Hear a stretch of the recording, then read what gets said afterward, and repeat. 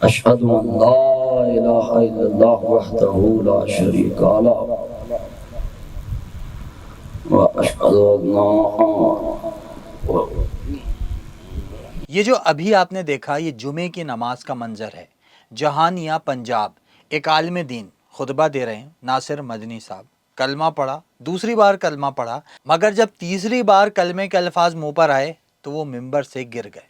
Social media پر تو جیسے آگ لگ گئی، سب نے کہا کہ ناصر مدنی صاحب کو ہارٹ اٹیک ہوا ہے، لیکن ملتان کے ڈاکٹرز نے 1 گھنٹے بعد کہا کہ ہارٹ اٹیک نہیں تھا، الحمدللہ۔ لیکن اس ویڈیو نے ایک بہت بڑا سوال اٹھا دیا کہ کیوں آج پاکستان میں کبھی کوئی نوجوان کرکٹ کھیلتے کھیلتے گر جاتا ہے، کبھی ایک استاد کلاس میں لیکچر دیتے دیتے گر جاتا ہے، کبھی ایک عالم دین ممبر پر گر جاتا ہے، اور ہم سب دیکھتے ہیں، لیکن کوئی نہیں پوچھتا کہ ایسا ہوتا کیوں ہے۔ تو چلیے آج وہی پوچھتے ہیں، لیکن اس سے پہلے آپ کو یہ میں بتا دوں کہ آپ تھنک کا مین چینل نہیں دیکھ رہے بلکہ دیکھ رہے ہیں تھنک ٹوڈے۔ آپ جانتے ہیں کہ تھنک کے مین چینل پر ہم ڈاکیومنٹریز بناتے ہیں، لیکن یہاں پر آج کی بات آج کرتے ہیں۔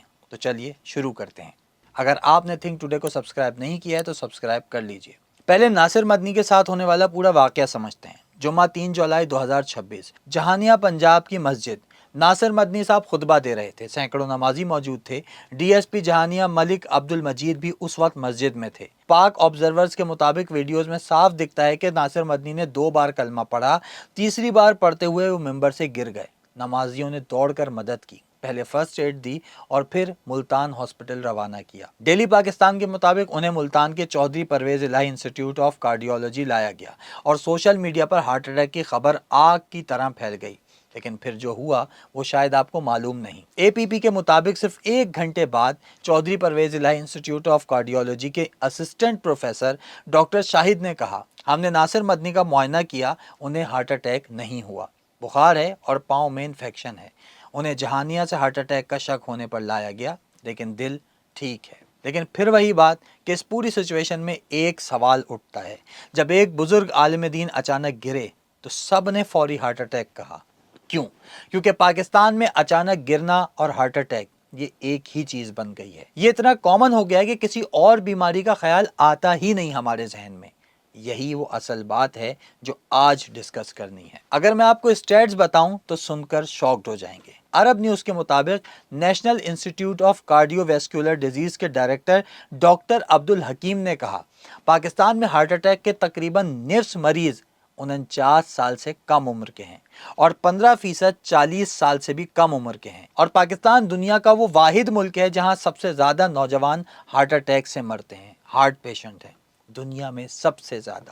سما ٹی وی کے مطابق نئی تحقیق میں پتہ چلا کہ پاکستان میں ہر 3 میں سے ایک ہارٹ پیشنٹ 40 سال سے کم عمر کا ہے، اور 30 سے 50 سال کی عمر کے 50% افراد کو ہائی بلڈ پریشر ہے اور 32% کو شوگر۔ یہ دونوں دل کی بیماریوں کی سب سے بڑی وجوہات ہیں۔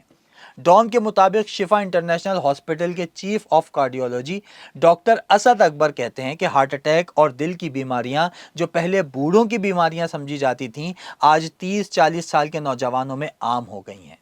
کیوں؟ غیر صحت مند خوراک، سگریٹ نوشی اور بڑھتا ہوا ذہنی دباؤ، یہ سب مل کر پاکستانی نوجوانوں کے دل کو تباہ کر رہے ہیں۔ اور واقعات، ابھی کچھ مہینے پہلے ایک اسکول ٹیچر لیکچر دے رہا تھا، کلاس کے بیچ میں اچانک کارڈیک اریسٹ سے مر گیا۔ بچے دیکھتے رہے۔ 30 سال کا نوجوان تھا۔ اس سے پہلے ایک کرکٹر میدان پر کھیل رہا تھا، گیند پھینکتے ہوئے گر گیا، ہاسپٹل تک نہیں پہنچ سکا۔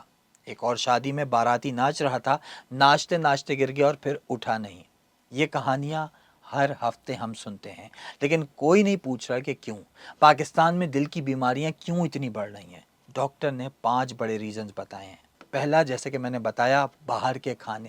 دوسرا، ورزش نہیں کرتے۔ تیسرا، اسموکنگ۔ چوتھا، ذہنی دباؤ۔ اور 5واں جو شاید سب سے اہم ہے، وہ آئل، وہ گھی، وہ مسالہ جو آپ ہر روز باہر کا کھاتے ہیں۔ یہ بات آپ کو سننی چاہیے، لیکن شاید کوئی آپ کو سنانا نہیں چاہتا، کیونکہ اس میں سب کا کاروبار چل رہا ہے۔ میں نے اس پر تھنک پر بھی ایک ڈاکیومنٹری بنائی ہے، وہ دیکھ لیجئے گا۔ آپ نے کبھی غور نہیں کیا کہ جب آپ چاٹ والے کی دکان پر جاتے ہیں یا ڈھابے پر بیٹھتے ہیں یا ہوٹل میں کھانا کھاتے ہیں، وہ تیل جس میں آپ کا سموسہ تلا جاتا ہے وہ کب سے گرم ہے؟ ڈان کے مطابق پاکستان میں 40 سے 45%